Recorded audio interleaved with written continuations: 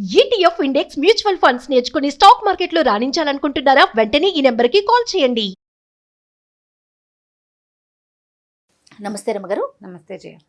రమగారు, అమ్మవారిని పూజించే భక్తులు విపరీతంగా ఉంటారు. ఎక్కువ మంది అమ్మవారినే కొలుస్తుంటారు రమగారు. అది గ్రామ దేవతలు కావచ్చు, లేకపోతే అమ్మలు కావచ్చు.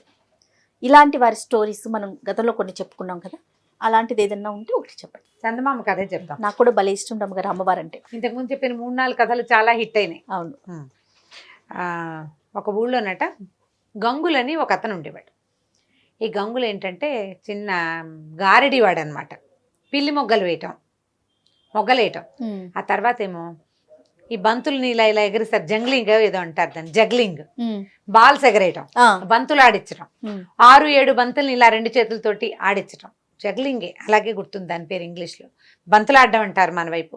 తర్వాత మొగ్గలేయటం, పిల్లి మొగ్గలు రకరకాలవి, రింగులోంచి కూడా మొగ్గ వేయటం, అలాంటివి చేసేవాడు. గారడి పనులు చేసేవాడు. సర్కస్లో చిన్న సర్కస్లో లాగా. అంటే ఈవిడు సర్కస్ అంటే పెద్ద రకంది కదా.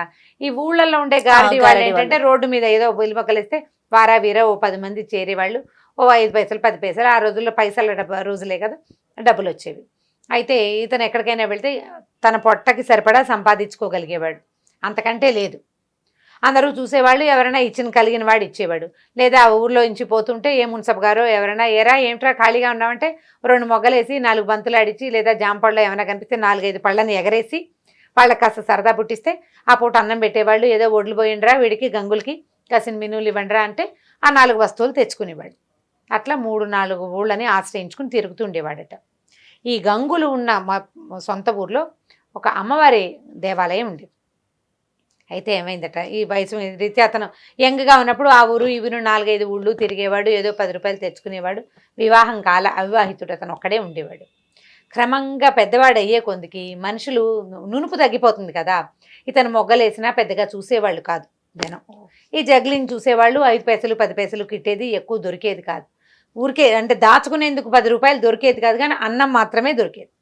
అయితే ఏమైందట, 12 ఏళ్లకో 16 ఏళ్లకో ఒక్కసారి ఆ ఊరి అమ్మవారికి జాతర చేస్తారు. అయితే అతను ఆ ఊళ్ళో ఈ ఊళ్ళు తిరుగుతుండగానే అమ్మవారికి జాతర అని కబుర్లు తెలిసినాయి. ఊళ్ళల్లో టముకేసేవాళ్ళు. ఈ ఊళ్ళో అమ్మవారి జాతర అనుకో, ఒక డప్పు పుచ్చుకుని ఒక అతను వచ్చేవాడు. అవును. ఈ ఊళ్ళో టముకేస్తారు అమ్మవారి జాతర, అందరు కొలుపులు జరిపించండి అహో అని టక కొట్టేవాడు. ఈ టముకు వేసిన వాడు మొత్తం 4-5 చుట్టుపక్కల ఊళ్ళలోనూ వేసాడట. ఈ గంగుల అమ్మవారి జాతర కదా అని అతను కూడా వచ్చేసాడు. నెల ముందు నుంచి మొదలైనట దేవాలయం దగ్గర పనులు. పందిళ్ళు వేసేవాళ్ళు, పాకలు వేసేవాళ్ళు. ఆ ఊళ్ళో ఉన్న అన్ని కులవృత్తుల వాళ్ళకి చేతి నిండా పని. అందరూ అమ్మవారిని సేవించుకునేవాళ్ళే. ఈ జాతరలో నిత్యం భోజనాలు పెట్టేవాళ్ళు. రోజువారీ అప్పట్లో భోజనాలంటే కుండలతోటి వండేవాళ్ళు. కట్టెలు కొట్టుకొచ్చేవాడు, పొయ్యి అలికేవాడు, వాకిళ్లలో నీళ్లు చల్లేవాళ్ళు, ముగ్గులు వేసేవాళ్ళు, కుండలు చేసేవాళ్ళు. ఫ్రెష్ కుండలు ఎప్పటికప్పుడు వంటకి. ఇక తాటాకులు, తాటికమ్మలు, అన్ని పనుల వాళ్ళకి పనులు.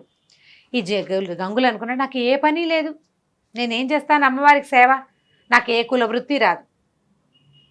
ప్రతివాడికి ఏదో ఒక పని ఉంటుంది. ఇక విపరీతంగా జరిగిన ఉత్సవాలు. రోజు ఉత్సవంలో అన్నం పెట్టేవాళ్ళు, తినేవాడు. వెళ్ళి అమ్మవారిని దర్శనం చేసేవాడు. అందరూ చేస్తున్న పనులు ఏదైనా కుదిరితే చేతి సాయం చేసేవాడు. ఎవరైనా బస్తా ఎత్తున్నారనుకో ఇతను కూడా పోయి బస్తా ఎత్తేవాడు. ఎవరైనా కుండలు దొంతుగా పెడుతున్నారనుకో 4-5 కుండలు చేత్తో పుచ్చుకుని తీసుకెళ్ళి పెట్టడం. అట్లా పనులు చేసేవాడు. కానీ తనే ఒక పెద్ద పనికి సహాయంగా చేయలేకపోయినందుకు ఎంతో దిగులు పడేవాడట. సరే గడిచినాయి రోజులు. అమ్మవారు జాతర 10 రోజులట. నెల రోజుల నుంచి పనులు మొదలైనవి. పనులు అవగానే జాతర మొదలైంది. 10 రోజులు జాతర జరిగింది. ఈ 10 రోజులు పగలు ఉపవాసం ఉండి రాత్రి భోజనం చేసేవాడట ఈ గంగులు. ప్రతి పగలు ఉపవాసమే. దీంట్లో పెట్టిన పందిట్లో అన్నం తినేవాడు కాదు. సాయంకాల పందిట్లో అన్నం తినేవాడు. అక్కడక్కడే తిరుగుతూ ఉండేవాడు. సరే ఏమైందట, 10వ రోజు అందరూ మొత్తం ఊళ్ళో నుంచి వచ్చిన జనాలంతా, ఇప్పుడు మన ఊళ్ళో జాతర అంటే మనం చుట్టాలను పిలుచుకుంటాం కదా, ఈ వచ్చిన చుట్టాలు వీళ్ళంతా ఆ రాత్రి దీపాలు పెట్టే వేళకి భోజనాలు చేసి ఎవరి దారిని వాళ్ళు వెళ్ళిపోతున్నారు బయటికి.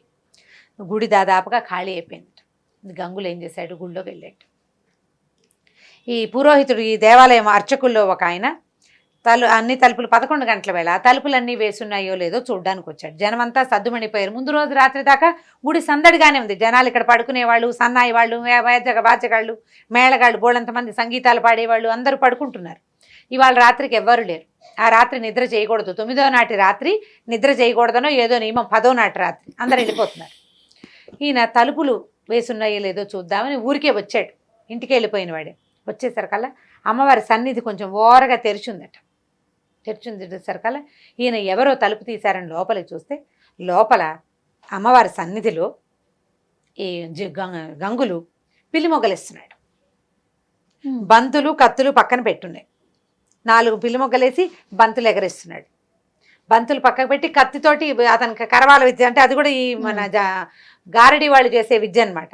చేస్తున్న తర్వాత ఈయన తెల్లబోయి ఇదేమిటి వీడు ఈ రాత్రిపూట ఇట్లా చేస్తున్నాడని ఏం చేశాడు, తను ఒక్కడు వెళ్ళకుండా గబగబా వెనక్కి వెళ్ళి ధర్మకర్తని మిగిలిన అర్చకుల్ని పిలుచుకొచ్చాడు.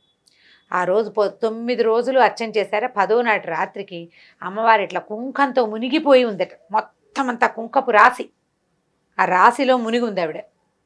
విగ్రహం ఉంది, రోజు అర్చనే కదా, పొద్దున సాయంత్రం మధ్యాహ్నం 3 పూట్ల అర్చనలతోటి కుంకపు రాశి అనమాట. మర్నాడు 11వ రోజు ఆ కుంకం అంతా తీసి పొట్లాలు కట్టి అందరికీ పంచుతారనమాట. ఈ కుంకపు రాశి కనపడుతోంది. ఆ కుంకపు రాశి ముందే ఇతను చేస్తున్నాడు. ఈయన పరిగెత్తుకుంటూ వెళ్ళి ముందు ధర్మకర్తకి చెప్పాడు. ధర్మకర్త వచ్చేసరికల్లా ఈయన తలుపు కొద్దిగా ఓరగా ఉన్న తలుపులోంచి లోపలికి చూస్తే గంగులు పడుకునున్నట్టు. పడుకునుంటే అతను పడుకున్న చోట అమ్మవారు కూర్చునుంది పక్కన. గంగుల తల ఆవిడ ఒళ్ళో ఉంది. ఒళ్ళో ఉంది. ఏం చేస్తోంది ఆవిడ, పమట కొగ్గుతో ఇట్లా ఇట్లా ఇట్లా ఇట్లా విసురుతోందట. చెమటలు పట్టి ఉన్న వాడిని వాడి మొహం మీదకి గాలి విసురుతోంది అమ్మవారు. విగ్రహం ఉండాల్సిన స్థానంలో విగ్రహం లేదు. ఈవిడ ఇక్కడ కూర్చునుంది, ఆవిడ ఒళ్ళో ఉన్నాడు. అతను ఒళ్ళో తల పెట్టుకుని పడుకుని ఉన్నాడు. ఈయన అట్లా నిర్ఘాంతపోయి నుంచున్నాడు. ఈ లోపల ముందెళ్ళిన పూజారి ఉన్నాడు కదా, చాలా మందిని 5-6 పూజారులను పిలుచుకొచ్చాడు. అందరూ తలుపు తోసేశారు కల్లా గంగులు పడుకుని ఉన్నాడు. ఇంకెక్కడ ఏం లేదు. ఈయన ఏమో ధర్మకర్త నేను చూశానంటాడు.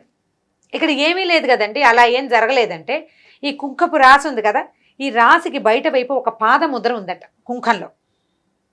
అంటే ఆవిడ అందులోంచి అడుగు బయట పెట్టి వచ్చింది.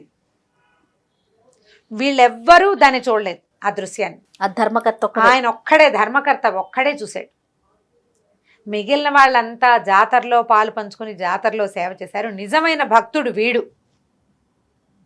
ఆమెకి కోసమే సేవ. జాతరలో ఉన్న వాళ్ళంతా చుట్టాలు పిలిచారు, పక్కలు పిలిచారు, అది చేశారు, ఇది చేశారు. ఎవడికి ముట్టాల్సిన డబ్బులు వాడికి ముట్టింది, ఎవరి గొంతుకి రావాల్సిన ప్రసాదం వాడికి వచ్చింది. వీడికి ఏదీ లేదు, వీడికి ఏమీ లేదు. కేవలం అందరూ అమ్మని సేవిస్తున్నారు, నేను సేవించలేకపోతున్నానన్న దిగులు తప్ప. తనకు వచ్చిన విద్యని ఆవిడొక్కదానికే ప్రదర్శించాడు. ఈ 10 రోజుల్లో అతను ఎక్కడ తన గారడిని ప్రదర్శించి 10 పైసలు తీసుకోలే. ఆమె కోసమే చేశాడు. ఆ కుంకపు పాదముద్రను చూసేసరికల్లా మిగిలిన వాళ్ళంతా నమ్మారట. ఈ కుప్పగా ఉన్న కుంకంలో పాదాల ముద్ర కనిపిస్తోంది.